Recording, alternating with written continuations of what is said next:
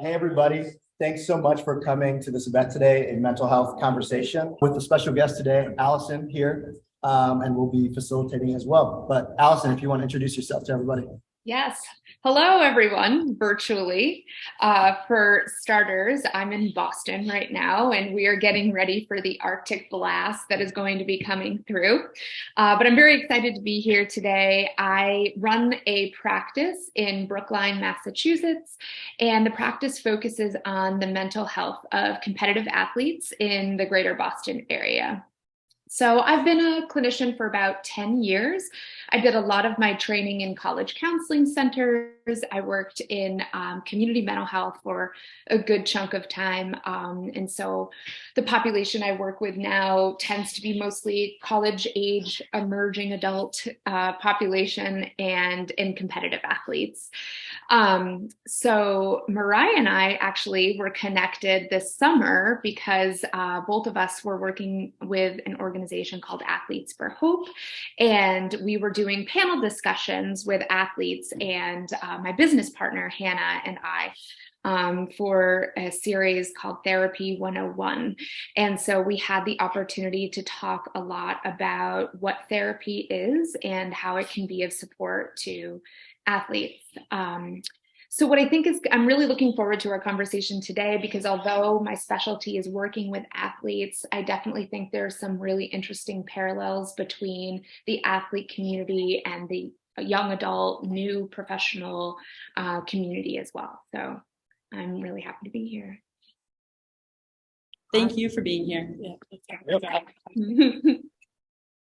So just to get started, I think like one of the things that I often think about and just reflect on is like how much more like the conversation has opened up around mental health and just the different ways it shows up for different people. And I always wonder like where that line is between something that's just like a fad or like a trend, a hot topic, and like how we can make sure that we are doing our best to talk about it in a way that is positive, like in a good way, so that we're not just like kind of like reducing it down for people that have like various diagnoses. Yeah, no, I think this is a really great question that I think we can see kind of at large, and then zoom in and see it happen in smaller communities like the athlete community as well. So I think what's fascinating right now is that mental health is definitely this hot topic. And I think there can be a bit of a concern that's emerging that it is becoming fad-ish, right? So what is it, like you were saying, how do we strike the balance between recognizing the fact that it's important to talk about this while also honoring the fact that other folks are really struggling with clinical mental health issues? So what's exciting is that as a country, we're seeing mental health conversations being normalized. And as we normalize mental health, what we're doing is we're helping break down the stigma around mental health. So people are becoming more and more comfortable talking about mental health in their personal lives or in their communities and that kind of a thing. So in my work, the athlete community, what we see is a lot of professional athletes are coming out and they're talking about their mental health. But what's really fascinating about all of this is that we're talking about mental health, but we're not really getting super clear about the difference between mental health and mental illness. So if some mental health is kind of your emotional well-being, it's a state of being, right? And these are kinds of things external factors can impact, right? So if you have a breakup with your partner, or if you're going through some things at home, or let's say you're having a really bad day and things just suck, like that's going to impact your mental health, right? Your mood is kind of going to fluctuate. A mental illness is a chronic circumstance for somebody. It's diagnostic, so it's going to be like chronic anxiety, depression, bipolar, schizophrenia, these kinds of things. So I think what we're watching happen, it's a double-edged sword, because the conversation around mental health is opening up, and this is very exciting for us to be talking about. But at the same time, we don't have the clarity around the difference between mental health and mental illness. So I think, I was talking to an athlete a couple of weeks ago, and they were talking about how their team and their coach are, really aware of mental health, and they have these conversations, and this is really great. But my client has, chronic anxiety, significant, she's, really, really struggles with anxiety. And so she was reflecting on this idea of like, oh, wow, they're kind of talking about this in a pretty like loose and inconsequential way, and they're not necessarily honoring the fact that there are real people that are really struggling with this. And what we know about mental illness is that a lot of it is invisible and a lot of it is silent. And so oftentimes when people are kind of getting picked up with a hot topic of mental health, the folks that are really struggling with mental illness are being, kind of marginalized and, just feeling unseen and misunderstood.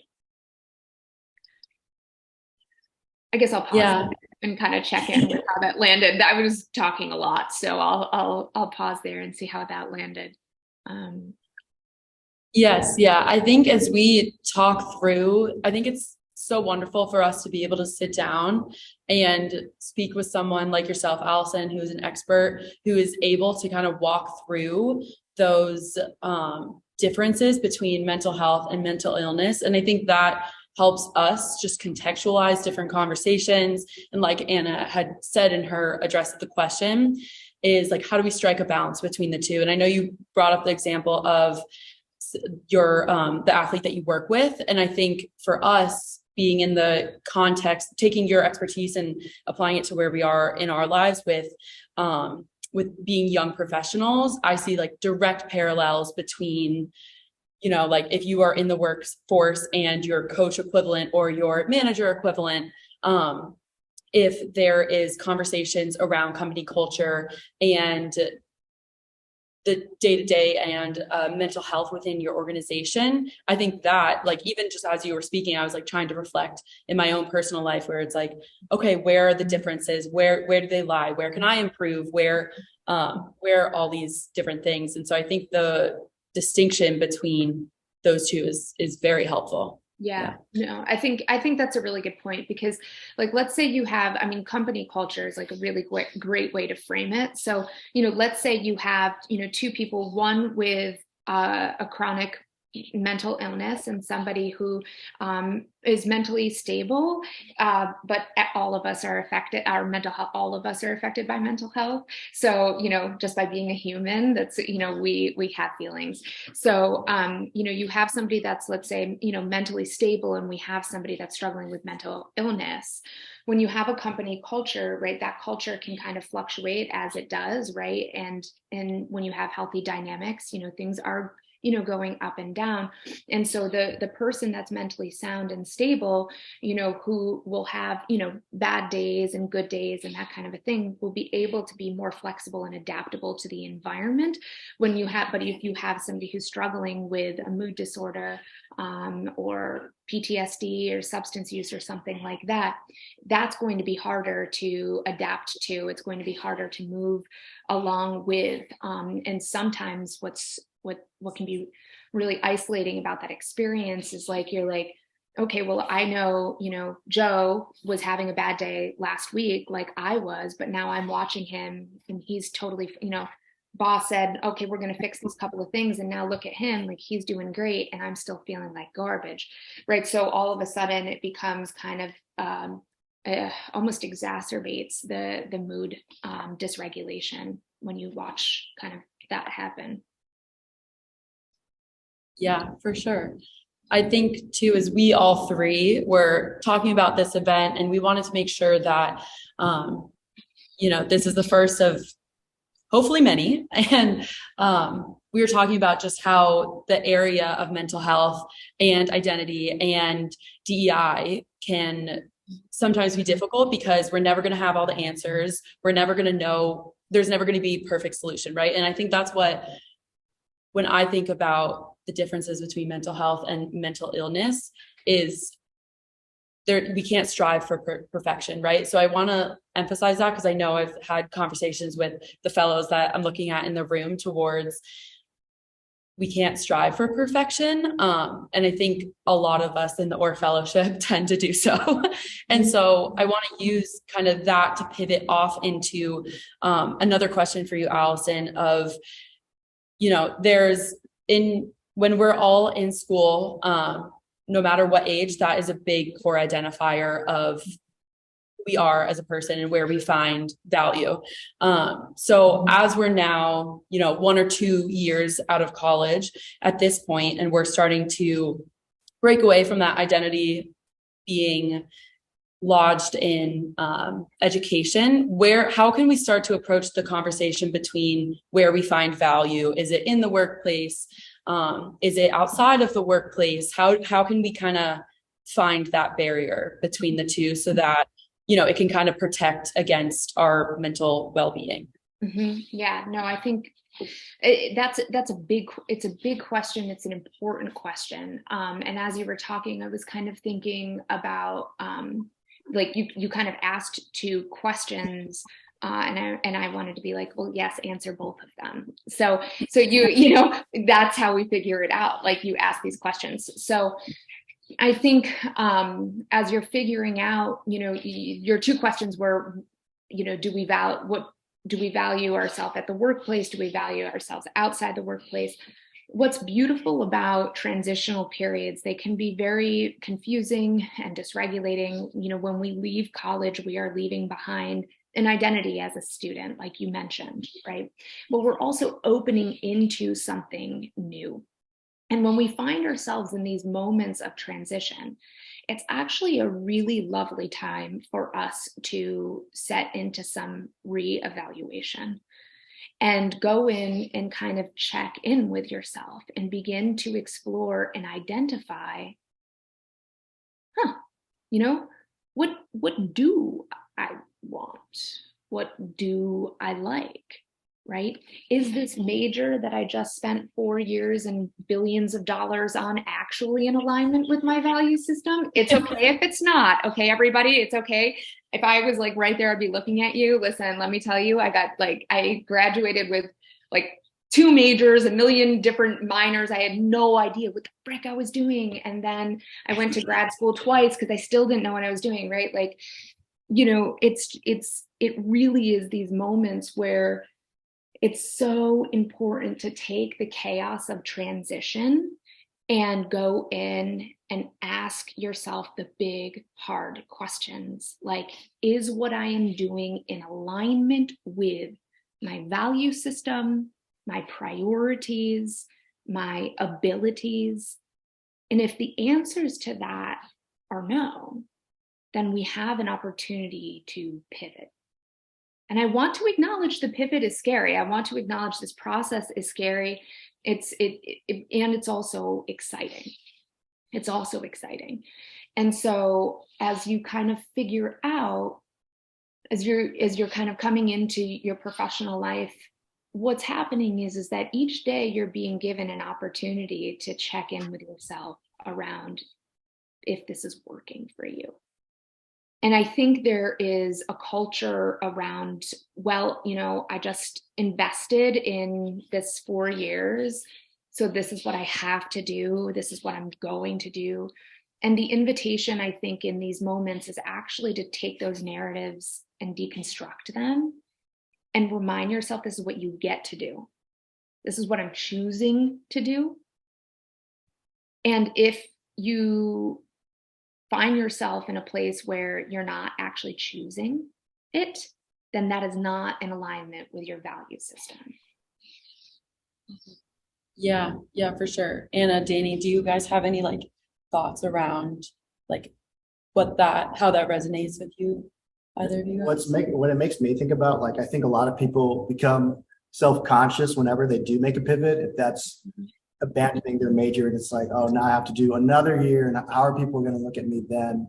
Or I'm not doing well at this one role in my company. I'm going to make the switch, but it still carries some embarrassment. Like, how do you stay confident and like grounded during periods of transition like that? That's such a great question. Oh my goodness. Because the thing is that confidence is actually rooted in authenticity, right? And Mariah and I had a chat about confidence and identity, and we can talk more about identity in a minute. But when we are acting in our truth, when we are acting in authenticity, and both of those, by the way, are found in the alignment that I was just talking about. When we're making decisions from that place, no one gets to tell us we're wrong. No one gets to say that's not for you, or you should have done this, or we're asking you to do this, right? If you are making a decision that is in alignment with your value system, that's the best decision. Anna, would you have any thoughts? I just love what you said about like that you can check in with yourself every day. Like it doesn't have to be like big picture. Okay, I'm gonna have my 90-day check-in and my 1-year check-in, but you can check in more periodically than that. Like, yeah, I like that. That resonated a lot for me. Yes.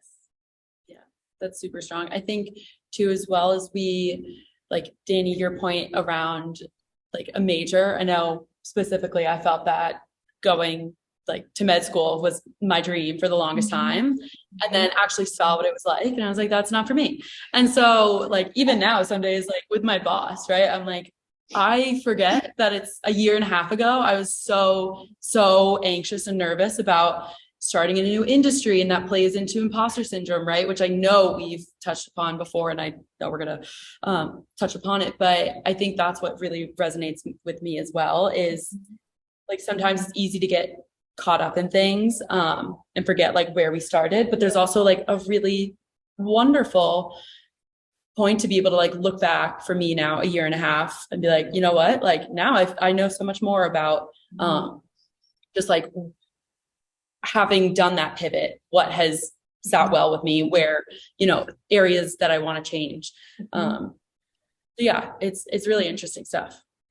Yeah, and I think going off that and kind of maybe developing my answer a little bit to Danny's question, like I think when we're making these kinds of decisions, it's a really cool hybrid of external information and internal information, right? And so Mariah, your story reminded me of so when I was a freshman at Lemoyne College, which was my undergrad, I wanted to be a marine biologist. I don't know what marine biologist studies in Syracuse, New York. I mean, I really don't know what was happening there, but alas, there I was. And I was taking biology, and, we had like our 6-week check-in with our advisor, whatever. And I had A's in every class except for biology. I had a D. And my advisor said to me, he said, Allison, D is for disaster. You're going to need to drop the class. I was like, what? Like, how am I going to be a marine biologist if I don't have it? He's like, we're going to have to look at the fact you're not going to be a marine biologist. So there was some external feedback, but thank God that was not in alignment for me, right? Like I liked dolphins and like going on boats like that, that's like where okay. Okay, these are vacation interests, not professional development. Okay. And so, you get use your external environment to help you with the internal check-in. If you're getting external feedback, right, whether it be feedback that, might be some constructive criticism or just straight up criticism, go in and check. And it's like, ooh, actually, like, does my skill set match the job description, right? Maybe it doesn't. You know what? This is not in alignment for me right now. And that's like the important caveat that I think it's really important to remember. This is not in alignment for me right now. It doesn't mean that I couldn't have gone back to school 4 years later to have studied biology and become a marine biologist. It just wasn't in alignment for me at 18. It just wasn't. So Danny, I hope that answers your question completely. I felt like it was a big one. No, yeah, it does. Okay. I would say so. Okay. Or maybe, okay, maybe a follow-up to that. Love So it. you're Let's saying, go. This is a fireside chat, everybody. Fireside chat. finding, what's valuable to you, you said is based in like authenticity of who you are, what drives you. And that's really hard to do when there's a million things like pulling you in different directions. That's your job, your school, your family, your partner, your community. It's just so many different things. Like everybody's setting some sort of expectation on you, and it's impossible to please everybody. So with that, I guess I'm trying to figure out which way I want to go here. There's two ways. Like, how do you really drill down and find out what drives you? And then once you do find that, how do you set boundaries and protect that and really make sure you can keep moving in that direction? Yeah, that's so lovely. And I know we wanted to talk about boundaries as well. So this is like, I think a great way to enter into that. So first of all, I want to normalize the experience that you're talking about, where it's like your age group is, you said it feels like we're being pulled in all these, different directions. Your age group is being pulled in all of those directions. It feels that way because it's actually happening. And you are kind of growing into adulthood, whatever that means, right? You're growing into the next phase of life where you're supposed to be an adult at a time where our culture has really valued hustle culture, like really valued this. And we have really lost sight of what it means to slow down. Now, when people are hustling, do you think they're thinking too much about anything other than the hustle? It's hard. It's hard. I don't know anybody who's hustling and thinking about if that's an alignment for them. Like, how does that happen? Maybe if you're a unicorn, but other than that, I don't think so. Right. So what the invitation is to actually go rogue. It's to go rogue, and it's to actually find solitude. Now, I don't know what that means for you people, like each person, right? Like, this is going to look very different, but it is going to require silence. It's going to require the turning down of the volume of your life. And that's going to be really hard because it's counter to all the messaging that we're being given right now. Yeah, I find a lot of power in that, of turning down the volume. And I know for me, trying to approach like, how do we regulate the external forces like pulling us in different directions? I try and, like, whenever I can, be really aware of like the dialogue that I'm telling myself, of like, if I catch myself in like, oh my God, I have to do this. Like, this is on my list, whatever, trying to like flip, like ask myself and be like, do I have to do this? Like, do I get to do this? And like, also I started yoga recently. So shout out to Sarah Kolzak, a fellow. Yes. Because she poses that question in yoga. And so like, I think those little moments that we can find where we shift how we approach things, like that might be a more tolerable like way to maybe tone down that volume. Like, I'm trying to think like tactically, how I've tried to apply that strategy of like, okay, how, when I'm feeling in the chaos of things, like how am I, what questions am I asking myself of like, okay, like, does this need to get done tonight, or can I just like go to bed and like nothing is going to happen tomorrow, right? Like, I don't know if that resonates with you too. Yeah, definitely. Okay. Just like being able to like really measure what you can really do in a day, what you can accomplish, what you have the energy to do. It's just, definitely important, I would say. Absolutely. And I think that goes into this concept of boundaries, right? So, yeah, Mariah, I like this piece about like tactily, like logistically. I mean, this is great. We're talking right now kind of in theory, and like this is great to hear. But I want you to walk away from this and be like, yeah, that's cool. And also this is how I'm going to try it tomorrow. Right. And so one of the ways, this easiest ways to turn down the volume and to establish a boundary. Are you guys ready for this? I think it might blow your mind. I don't know. It blew my mind when I read this and I was like, wait, I'm trying to think of who. It was one of two books that gave this example. It was either Essentialism or The Ruthless Elimination of Hurry. I can't remember where I heard it. Was like one of those. So shout out to either or both of those. Both of them. Yeah. But it is when a text message, like right now, if you heard that ding, that was an email. Right? Might have been my laptop. I did not alignment. Talk about alignment. Okay, boom. That example just came through, right? Now, I could have had a moment where I broke eye contact with you guys or broke my speech, which I guess kind of I did.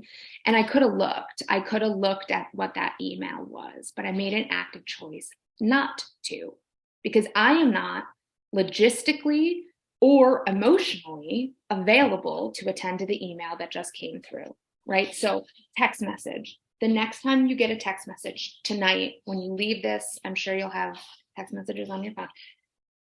Pull it out and look at them and ask yourself, am I available to respond to this text? We have all kinds of cultural narratives that say, you must do this immediately. There is urgency behind all of this. If you don't do this, no one's going to like you. They're going to think that you're blowing them off, that you're ghosting them, blah, blah, blah, blah, right? All of it. All of it. So when we talk about solitude, when we talk about turning down the volume, this is what we're talking about. Stop. Don't reply to the text. Ask yourself, am I available for this? Logistically, like, do I have time to do this? Maybe. Now, if you do, then it's like, am I emotionally available for this? Right? No, Mom, I'm not willing to have a 20-minute conversation with you about how Dad snores at night. I'm not available for that. Right? So I think that's one tactile way of using a boundary, using an emotional, psychological boundary to protect yourself. I think as you're talking, I think it's so interesting. I know, like, if I get a phone call, I'm way more likely to like pause, ask myself, okay, like, do I have the time to answer this call? Am I emotionally available for this call? But when that text comes in, like you said, like there's that urgency. I feel the need to respond to it immediately. And so I think as we look at like where society is going, talking about how prevalent like hustle culture is in our generation, like it makes, for me, like it resonates. It makes a lot of sense because I know like I'm way better about like asking myself about the phone call versus like the text conversation. Yep. No, that's interesting. That's interesting.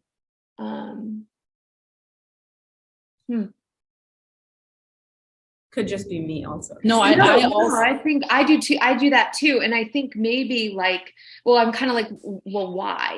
What's there for that? Right. And I think like, I mean, yeah, we could like write a whole paper on that. But I guess I'm thinking about the yikes. I'm thinking about how like there's something more direct and intimate about a phone call, right? Like if we pick that up, we actually are going to have to be available for that call. There can't be like a ton of background noise that's going on, right? Like we have to feel like we're in a space where, depending on who it is, right, that, we can actually talk to them.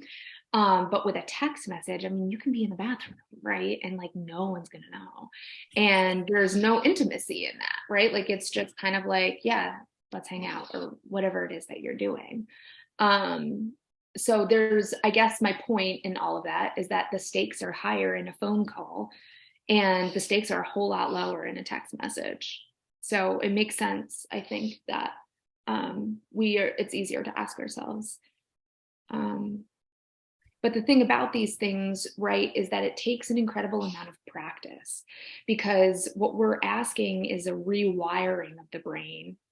So no one's gonna turn down the volume for us. If anything, these things are gonna get louder. The older that we get, the more messaging that comes out, right? So what our challenge is to practice this, make this a daily practice, right, of turning down the volume, setting up the boundaries.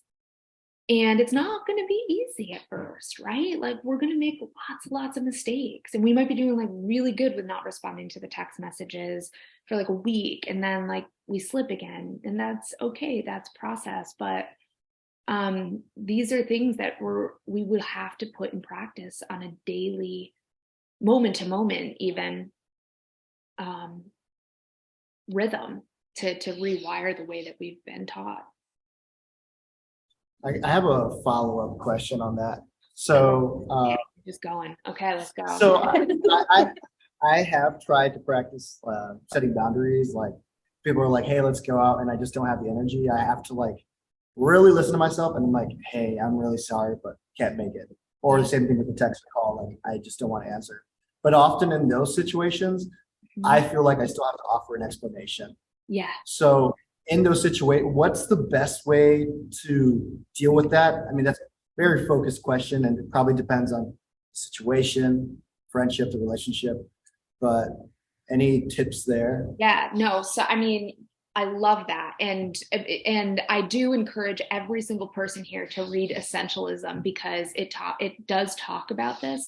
So it's the power of a no, right? So when somebody extends an invitation and you've done the hard work, so like, first of all, give yourself credit for being able to like do the assessment that you didn't actually want to go to the thing. So like, that's like saying a quick yes. We find ourselves in saying quick yeses all the time, especially in the workplace.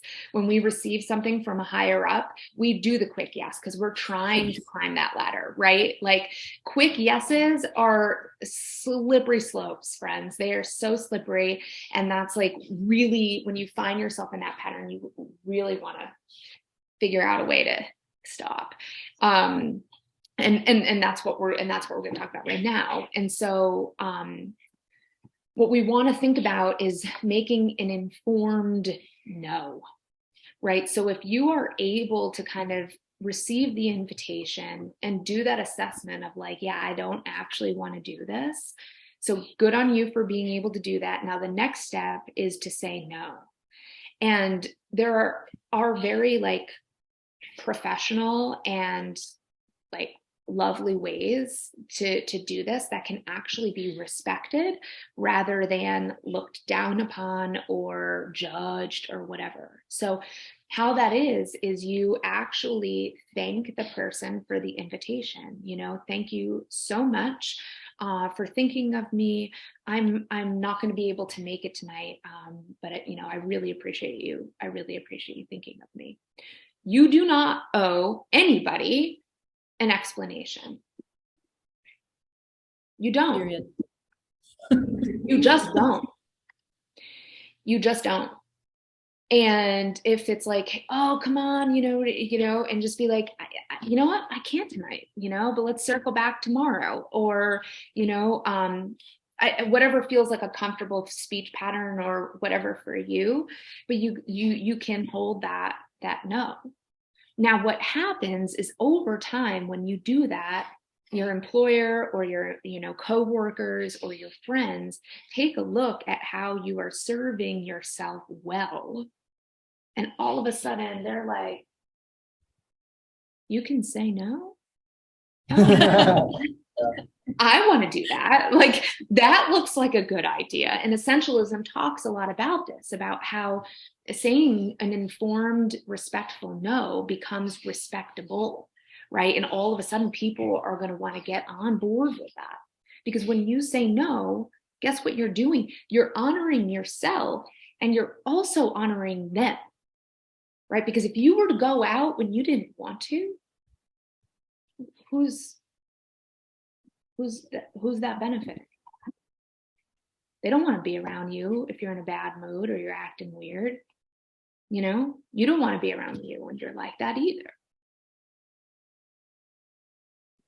So what I'm gathering from this is we're all going to start a book club and read Essentialism. Amazing. Yeah. Yeah. You're going to guide us through it, Allison. Yep. It's so good. It's such a good book. Yeah. It's so good. And it actually, it's an ideal text, I think, for your group because it does focus, its main focus is in kind of corporate America.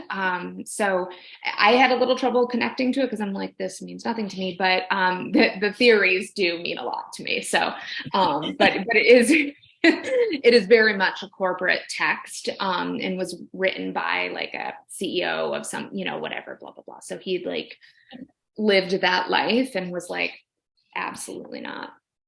Yeah. All the power to him. Yeah. Yes. So as we're talking about like the corporate world, the corporate industry, and I know we've chatted about how to find value and establish those boundaries, how to say no. I think one of the things that comes to my mind as I think through all of those things, especially in the workplace and in our stage of life, is how do we approach a difficult conversation with someone who is higher up? And I think we've been dancing around this a little bit and we've answered it in a couple of different areas, but I want to specifically maybe dive into that a little bit deeper of like, say you need to talk to a boss about specifically being overworked or not finding or not being given enough work to feel like you're given responsibility or like value by your company. Can we kind of dive into that? Because I think that would, as I know, like I think through or fellowship as a whole, I think it's a very relatable topic. So what would you kind of say? Can you walk us through maybe an approach you would recommend? Yeah. I think in a lot of ways, it's simply actually braiding together what we've already talked about. And by that, I mean, it's like, we want to find ourselves in a place of confidence. So when we go up to have this conversation with somebody that's higher up, we want to be standing in a stance of confidence. Right? Where does confidence come from? Well, it comes from alignment, right? And we talked about what we don't need to review that. So another, I guess, grounding point in confidence is, alignment, authenticity, all this, but it's also reminding yourself that you are the expert of your own experience, right? So it doesn't matter how high up somebody is. They are not you. They are not your experience. You're having a unique experience within their company that you are speaking to, right? So that I think is kind of the frame that you want to find yourself in that stance of confidence. No, I do know what I'm talking about. I am the expert of my experience. And so when you go in to have this conversation, language really matters, right? So when you go to kind of pitch your idea, know what you want to say. Be super clear on what it is that you're arguing for, what it is that you're advocating for. Again, like saying no, self-advocacy is respectable. It is respectable. You want to talk about a raise? Well, then you go in there and you say, this is what I would like. And I deserve this because X, Y, and Z. Or I deserve this because company B would be willing to offer me this. So what are you going to do, company A? Right? So you want to go in with a clear sense of what it is that you're asking for. Now, when you are an expert of your own experience, you don't use language that suggests you don't know what you're talking about, right? So you don't go in there and say, I think I deserve a raise. I believe I am working too much. No, I do deserve a raise. I am being given too many tasks. I need a reduction in this work. Or I am not being challenged. What are your suggestions on how I should solve this problem? You see, so language really, really matters. And you must remind yourself that no one gets to tell you how you're experiencing the situation. You get to tell you. And it doesn't matter if you are bottom of the barrel, you are talking about your experience. Yeah. I think that really resonates with me, and it brings up feelings of imposter syndrome of, I think that's one of the things that can nip away at that confidence or that assurance in ourselves of like, we know our experience, but we might think like, what are we doing in this position? Or like, this person knows so much more than me. It's easy to walk ourselves into that narrative.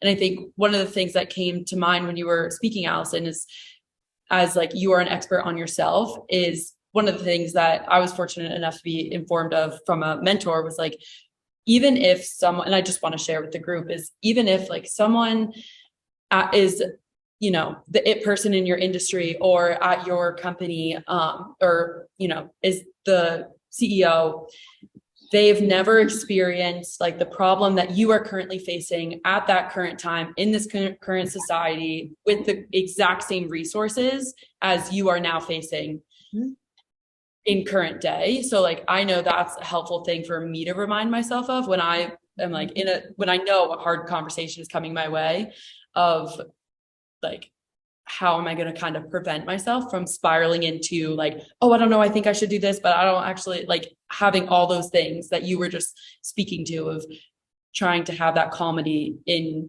your presence in that meeting so that it aids in your confidence as well. Yeah, I love that. That's exactly right. No, I love that. That's spot on. That is spot on. Let's see, you had said something.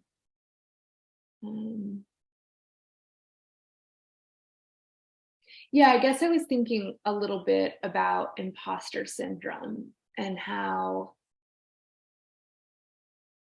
like, that's like, what is imposter syndrome except for fear that's talking to you in your head, right? Like, that's what imposter syndrome is. It's this little fear that's telling you you aren't good at this, you aren't developed enough, like whatever. I think one of the important things to think about when we hear imposter syndrome is that we are to like very just like kindly remind it that we are only 25 years old and we don't actually know everything, and we're not supposed to, So if you don't know something, that's okay. You're brand new with it. How old are you? 20? How old are you guys? 23? Like, seriously. 23. Yeah. Like 23 to 24. Yeah. I mean, you don't know everything. Like hard truth. Hey guys, guess what? You actually don't know everything. and Shocking. And here's the thing. You actually aren't supposed to yet. Right. No. And like, the thing is that's fear, right? Fear is saying, well, they know this, so you should know that, right? But you're not. Like, and I tell interns this all the time, where it's like, you are an intern. The expectation is that you don't know.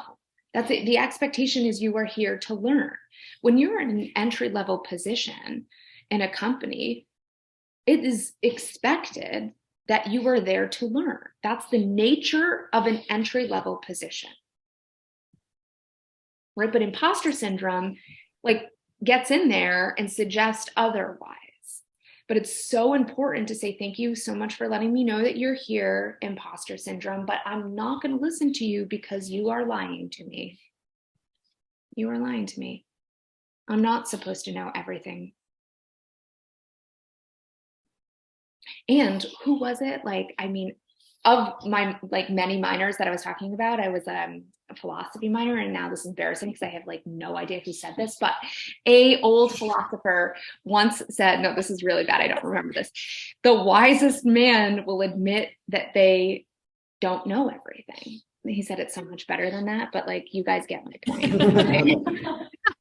Oh dear Lord, please don't tell me. I don't it's remember. It's a perfect point to make. Whatever. Yeah. Okay, the point is, it's completely relevant here. The wisest person is going to recognize their limits of knowledge. And then guess what they do? They ask a question. Yeah. Go ahead. No, go ahead. I was going to add, I think being able to take away the energy of like just asking a question. I know it like that always grounds me of just being like trying to remind, and it goes back to like the narrative we're telling ourselves, but just trying to ground ourselves and be like, you know what, like, you can choose to have it not be something that is a big deal to like ask a question and not know everything. And that's one of the other things that I try and focus on when I'm like, what is going to go on in this conversation is it's nice to have one of those things where it's like, you know what, I'm not expected to know everything and like have that reminder. So I appreciate you sharing that with the group. Yeah. Just a statement more, like just like one thing I've found that's been particularly helpful when combating like imposter syndrome is just giving yourself grace. I think something that a lot of us have realized is like 1 year of work experience actually changes the game completely. Like at least me being a second year and like, or like me being in the second year of me working at Resultant, like I feel way more confident in my role than I did in the beginning. And so now looking at people who have even like 2 or 3 years of experience from me, I think that's a big step ahead. And I take that into account when I'm beating myself up about like, I should be doing this, I should be doing that. Like, it's fine. We're starting out, we're learning. Right. So definitely what you all have been saying. Mm-hmm. Yeah, I love grace. I love that so much. So as we kind of talked about like the importance of like asking questions, I think we'd love to open it up for like a little bit of a Q&A. Yeah. If you project loudly, I think Allison might be able to hear you kind of from where you are. Otherwise, I can make sure to repeat the question so that we can, just keep the conversation going. Yeah, what's up? Yeah, so how do we, can you hear me? Can you hear me?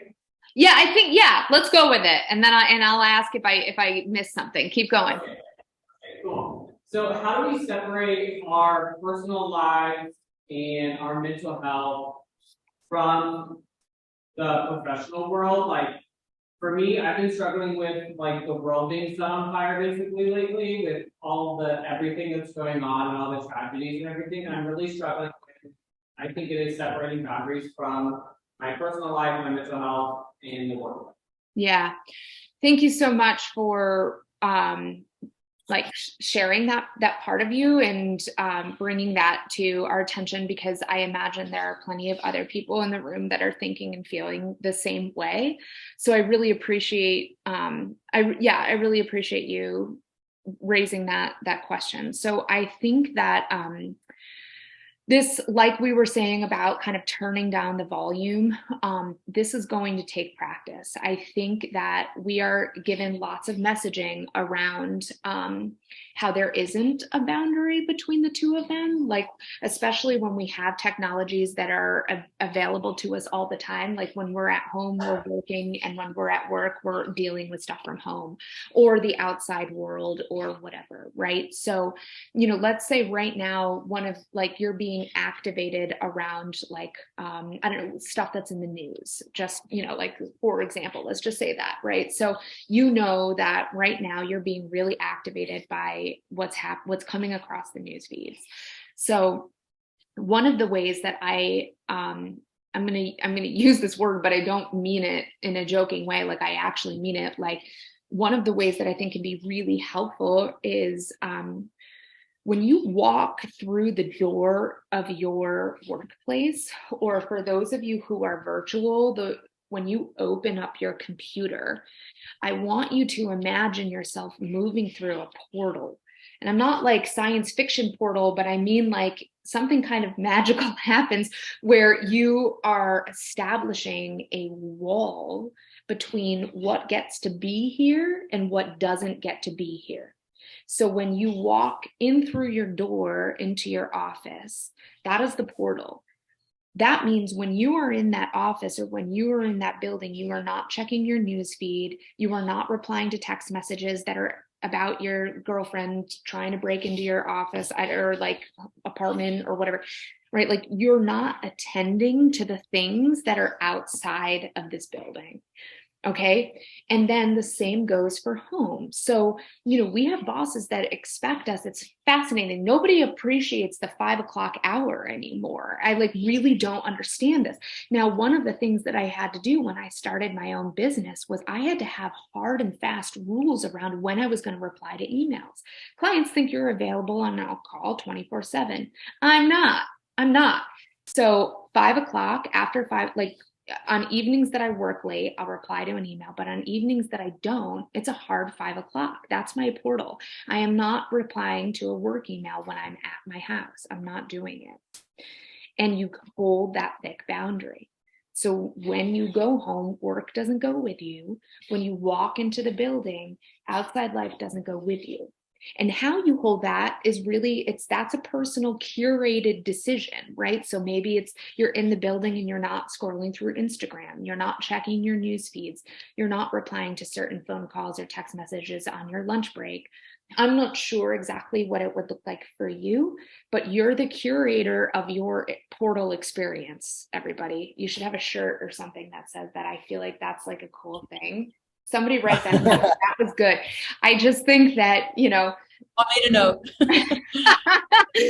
all jokes aside, you're talking about something really serious and really important. And I think that a visual like that can be super helpful. And it's one that needs to be practiced. I mean, truly every single day. And it's not going to be easy. When I had to set those hard and fast rules around myself, guess what? My business partner wasn't respecting them. Isn't that funny? And I said, you're a therapist. Stop texting me after 5 o'clock about our freaking business. I'm not doing this with you. And she's like, oh, right. And so now we have accountability partners, right? And so you guys are a close group. Perhaps you find yourself an accountability partner, and you check in with one another. How's that portal experience going for you? Are you able to hold that boundary? If not, what's up? How can I be supportive to you? And things like that. Because it's hard. It's really freaking hard. Thank you. I love that. Yeah, I'm so excited to try that tomorrow. Yeah. It's not going well. And so I was on the phone with my mom today because I was in tears for 2 hours while I was in the office. So just cannot wait to set that portal. Nope. Yep. You gotta separate that I'm gonna be your volunteer accountability from buddy. from the work. Yeah, I love that. Really tangible. I think that's always one thing that I struggle with. Is if something's not tangible, it's hard for me. So I love that was kind of thing that I can practice. What other questions, Sophie? Hi, Allison.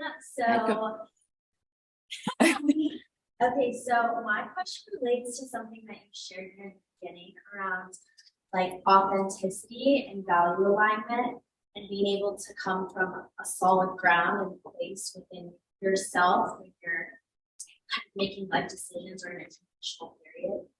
And I wanted to ask a question because I felt like when I heard that, to me, it reminded me so much of trusting your intuition and having a strong relationship, tapping into that.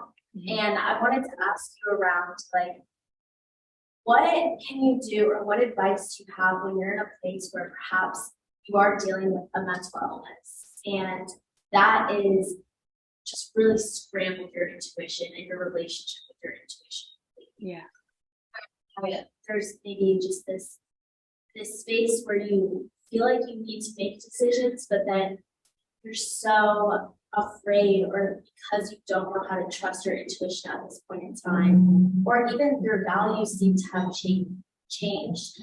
You feel like you don't know how to move forward and you're kind of stuck in this loop with this lens of that mental illness kind of coloring how you move your day to day. Ooh, I love that.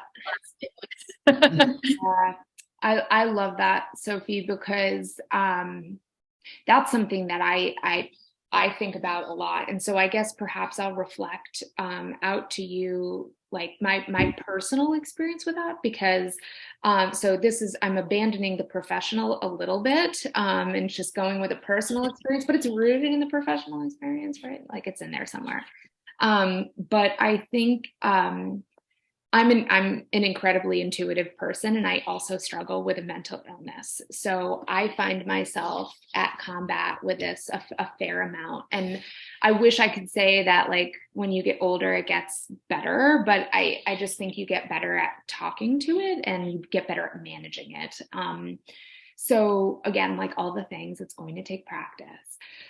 But the first things first, it's getting clear about the voices of what is the voice of intuition and what is the voice of the mental illness. Mental illness is going to tell you lies. It's just not true. These things aren't true. They are dark, they are scary, they are oppressive. If you are thinking something about a decision, or if you are trying to make a pivot and you're being met with fear, oppressive thoughts and feelings, this is mental illness. This is not intuition. Intuition sounds something like, trust me. It sounds something like, no, I'm sure.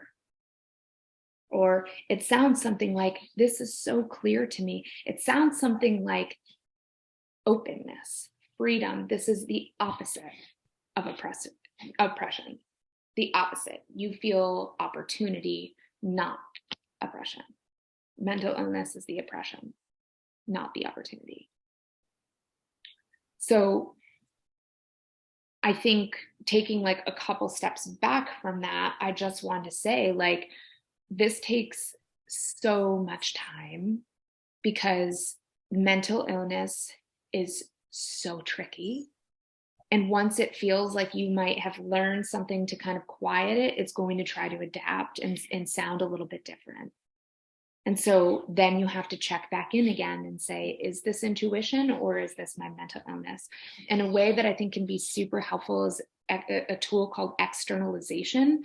And so you like, if you want to kind of make figures of this, like little figurines, or perhaps they have like different names or, things like this, just as long, and this is not a joke, like just as long as you're not working with somebody who has like schizophrenia or, multiple personality or something like that. Like if you're working with somebody who's intact, it's okay to do externalization activities where you are taking out the pieces of yourself and calling them different names.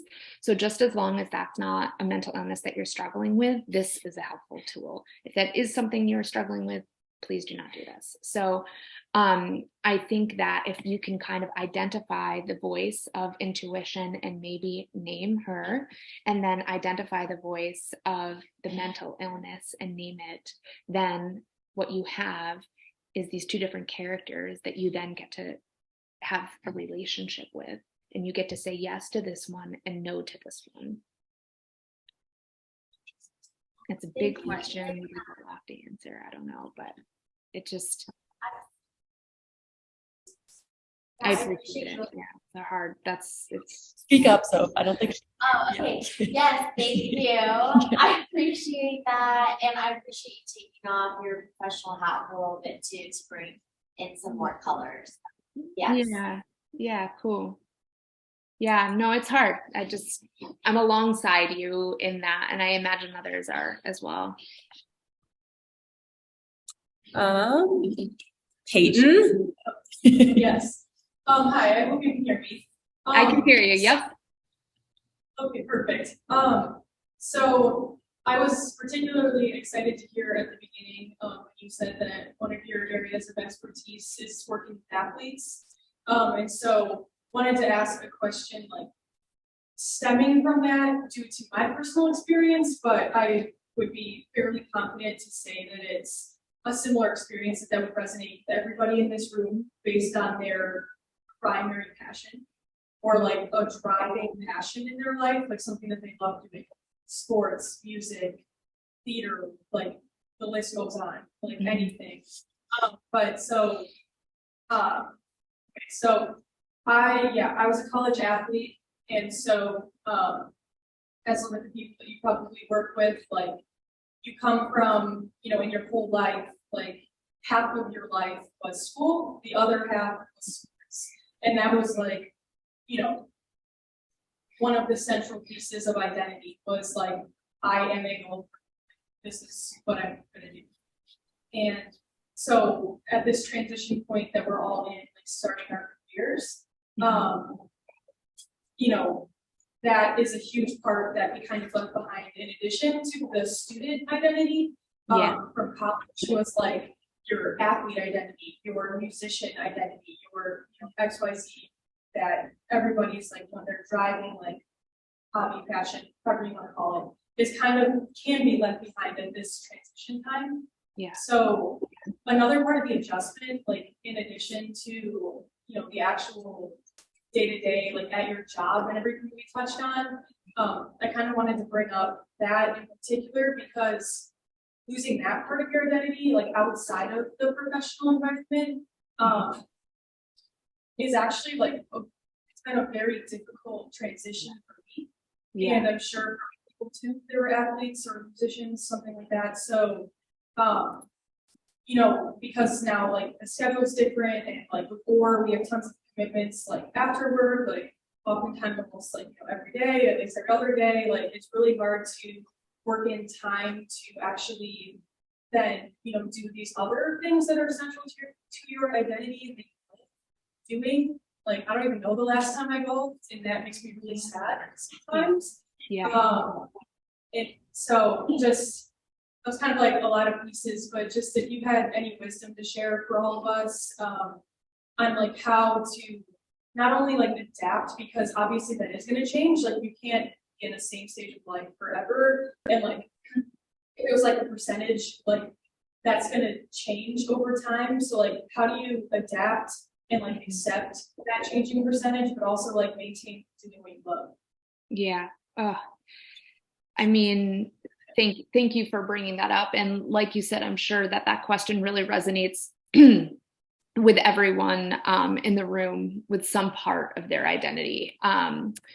And yeah, in working with athletes, this is such a tricky piece because of kind of what you were saying in terms of the scheduling, because you are like, that is your life. Like when you're a student athlete at the collegiate level, like that is your life. You're a student and you're an athlete, and there is very small margins to be anything else. So I think first and foremost, Peyton, it was, right, Peyton? Yeah, first and foremost, I would encourage you and anyone else who that comment resonated with to get therapeutic support, because what you're talking about is a loss. You're talking about a loss of a significant part of your identity. And when we don't appropriately mourn our losses, strange things can happen at strange times that we have little to no control over. Now, by loss, I don't mean that you can't golf again or you can't pick up the saxophone again. I don't mean that at all. But what I mean is to be the elite performing athlete that you were, that part of your life is over. And that brings up a ton of pain, sadness, maybe joy at times, maybe relief at times, right? Like it's a whole complicated mixture of emotional response to something like that.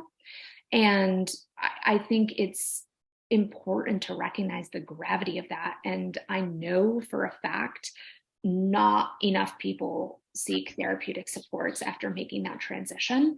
And they're carrying the wounds of that or that loss into their 30s, 40s, 50s. Now, it's a very, so your question is like, you know, how do we respond to that? How do we interact with that? What do we do? And I wish I could say, you know, here's the script, go forth and good luck, you know, you've got this. You know, really the opposite is true. This is a very personal experience. And this is something I learned through our panel discussions at Athletes for Hope, because we had the opportunity to talk with various athletes, coaches, different stages of their athlete careers. And what became really clear from those conversations is that people responded to these transitions very differently. Perhaps they left their sport due to graduation. Perhaps they left for because of injury. Perhaps they left because they you know, something traumatic happened, right? Like we enter and leave these things in very different ways. So how we respond to them can be very different. So for example, golf for you and that part of your identity, now that might be something that you said it's sad not to do that. Okay, that sadness is an indicator that golf wants to be a part of your life somehow. That sadness is telling you, all right, we've got to welcome that back in to some degree. But and that's your project right now. That your project right now is to get super curious and creative around how to bring golf back in. And it might not be, that you get to play every weekend. It might be, maybe I watch golf here, I played here, whatever you feel, you get to fill in the blanks. But for some people, they want nothing to do with their sport anymore. When I stopped swimming, I to this day cannot smell chlorine without having like some visceral reaction. Like I just like, no, so, I want nothing to do with that. Does not want to be a part of my identity anymore at all. Like I don't want to identify with that. I don't want to be a swimmer. But over time, what happened was I was like, no, okay, I'm not a swimmer anymore, but I am an athlete. And I love this athletic mind and I love this athletic body. And this is how I'm going to use it. Right. But it took like a real period of like mourning kind of the loss of what I thought a swimming career was going to be and recognizing what it was. So I guess there's no easy, simple, short way to answer your question, Peyton, because I think it's so big. And I think it's one that should be paid attention to. And that's the kind of work that you get to do in therapy. And obviously that's what I love to do. That's what I do. So, yeah. So thank you for raising that. And that, yeah, I apologize. Time doesn't allow for us to talk about it too much longer, but, definitely keep wondering, keep thinking about that. It's important that it's good that you are aware that that's happening inside of you, and your awareness is the invitation to go in and explore it, and don't shut it down. Get super curious about what it's wanting to share with you. Thank you so much. Mhm. That's very helpful, and I hope that was helpful for everybody. So good. I think we're coming up on time here. So if we could all just thank Allison for her time on her Thursday night. So Thank you for having me. Thank you so much for being so open and asking questions and being willing to go there with me. Thank you. thank you so much, Allison. Bye. Thank you, everyone.